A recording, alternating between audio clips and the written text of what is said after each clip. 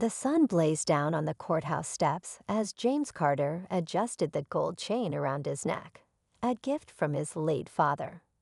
He had just finished a long day in court, fighting for justice in his community, when suddenly heavy boots stomped behind him. A police officer, his face twisted with anger, grabbed James by the collar, yanking him back. "Where'd you get that chain?" The officer growled, his grip tightening. "Looks too expensive for someone like you." James froze, his heart pounding. He knew exactly what was happening. He had seen it before. Power used to intimidate, assumptions made without reason. But before he could respond, the officer snatched the chain from his neck, holding it up like a prize. A crowd gathered, murmuring in shock. Some pulled out their phones, capturing the moment. James locked eyes with the officer, steady and unafraid. "You're making a mistake," he said firmly. The officer smirked. "Yeah, and who's gonna stop me?" Just then, a black SUV screeched to a halt at the curb. A man in a sharp suit stepped out, Agent Marcus Carter, James' son. He flashed his FBI badge. "That would be me." The officer's smirk faded as he turned to face the man who had just stepped out of the SUV. His confident stance wavered as he read the badge flashing in front of him, FBI. Agent Marcus Carter stood tall, his sharp eyes locked onto the officer, his voice calm but firm. "That chain belongs to my father. Return it. Now." The crowd, sensing a shift in power, grew silent. The officer hesitated, gripping the chain tighter, as if debating whether to challenge the authority now standing before him. His gaze flickered between James and Marcus, searching for a way to justify his actions. "You don't understand," the officer muttered. "I thought—" "You thought wrong," Marcus cut in, his tone unwavering. "My father is a respected man in this city.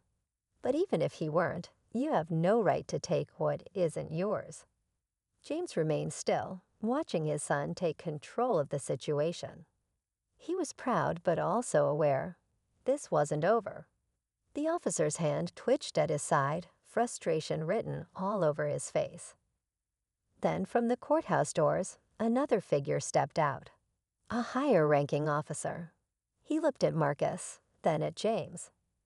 "Is there a problem here?" The higher-ranking officer's voice cut through the tension, his gaze shifting between the scene unfolding before him.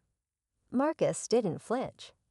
He held his ground, his FBI badge still visible.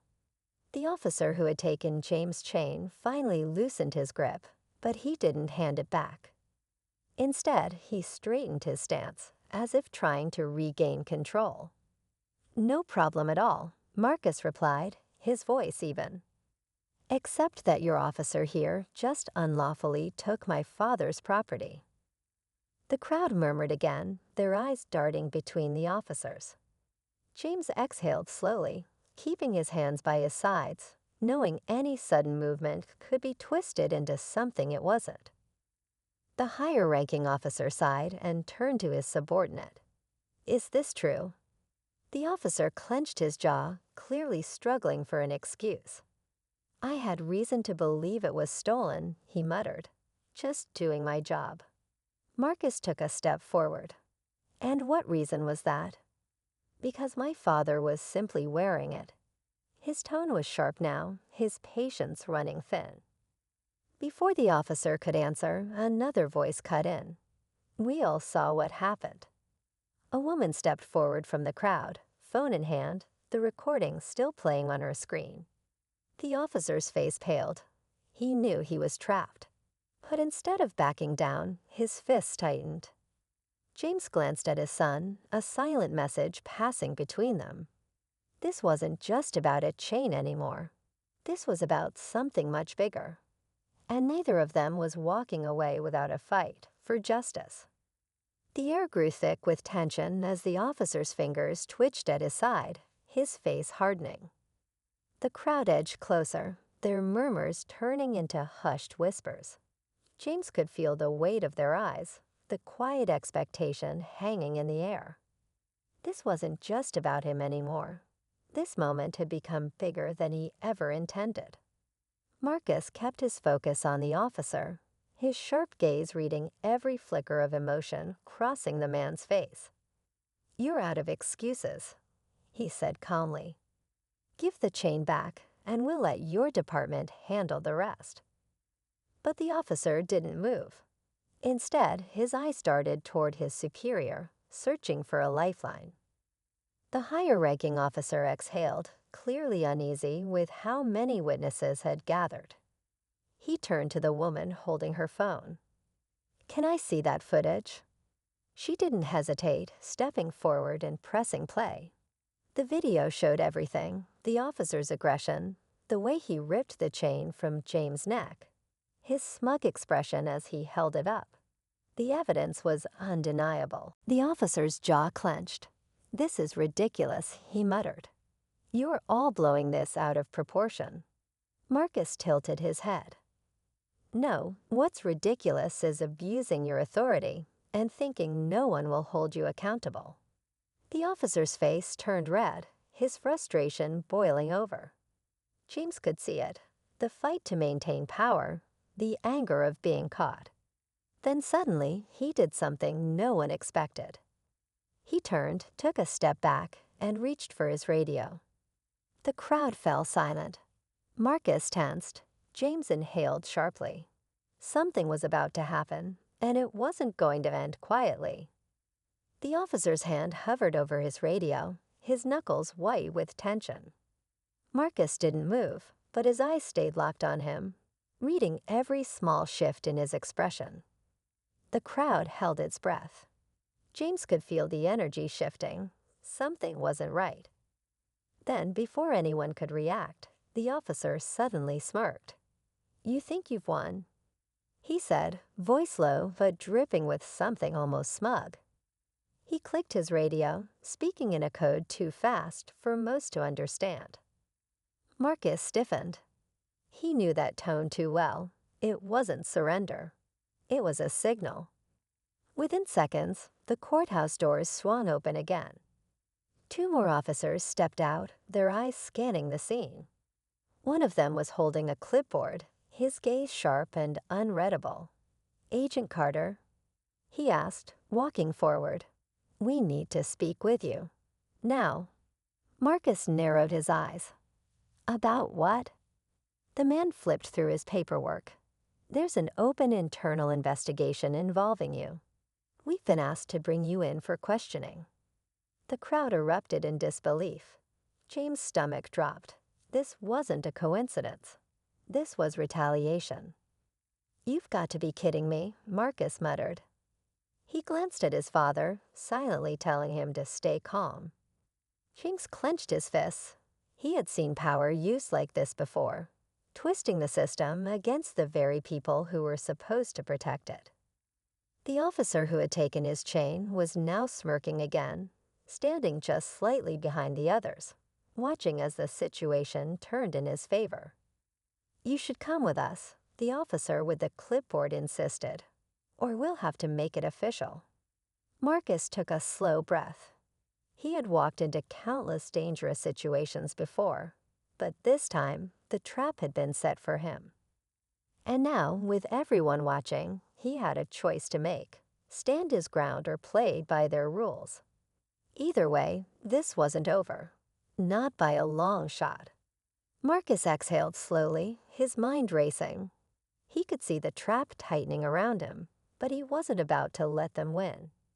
He glanced at his father, then at the crowd, so many people watching, waiting to see if justice would truly prevail. The officer who had taken the chain still stood smugly, convinced that power was on his side. James took a step forward, his voice steady. "You can't do this," he said, addressing the higher-ranking officer. "You saw the video. You know exactly what's happening here." The officer with the clipboard hesitated. The weight of the moment was pressing down on him. Then, before he could respond, another voice rang out from the crowd. "Actually, I'd like to add something to that investigation." Everyone turned as a man in a gray suit stepped forward, flashing his own badge, Department of Justice. The energy shifted instantly. Marcus' eyes widened slightly, recognizing the man from a past case. The DOJ agent nodded toward Marcus. I've been following reports of misconduct in this precinct for a while now. And this? He gestured toward the video still playing on the woman's phone. This just confirms what we suspected. The smug officer's face paled. What? He stammered. The DOJ agent turned toward the ranking officer.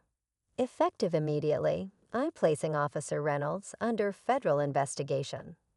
He pointed at the officer who had taken James' chain. And if anyone interferes, we'll be adding obstruction charges. The entire scene shifted in an instant. The ranking officer, clearly caught off guard, hesitated before finally nodding. Hand over the chain, he ordered, his voice tight. Reynolds' hands shook as he reluctantly placed the chain back into James' palm. But James didn't look at him. His eyes were on his son, knowing this battle had been much bigger than just one moment. As the DOJ agent walked away, Reynolds was escorted toward a waiting patrol car, his expression one of disbelief. The crowd erupted in cheers, relief washing over them. Marcus turned to his father, his voice quiet but firm. They thought they could turn this on me, he said. But the truth always comes out. James clasped the chain around his neck again, nodding. And this time, we made sure they couldn't hide from it. As the sun dipped lower, father and son stood together, knowing this fight was only one of many. But today, justice had won, and that was enough for now. The crowd slowly began to disperse, the tension in the air finally easing. Some people stayed back, exchanging relieved glances, while others walked up to James, shaking his hand and offering quiet words of support. He nodded, grateful but exhausted. This wasn't the first time he had faced something like this, but today had felt different. Today, the truth had been undeniable. Marcus stood beside him, watching as the officers escorted Reynolds away. He thought he had all the power, Marcus said, shaking his head. But when people stand together, corruption doesn't get to win. James exhaled, glancing down at the gold chain now resting safely around his neck. This isn't just about me or this chain, he said. It's about making sure the next person doesn't have to go through this. Marcus nodded. And that's why we keep fighting. As they walked toward Marcus' SUV, James glanced back once more at the courthouse steps, where everything had unfolded. He knew today's victory didn't mean the fight was over. But for now, it was enough. With his son by his side, he felt something he hadn't in a long time, hope. And with that, they drove away, ready for whatever came next.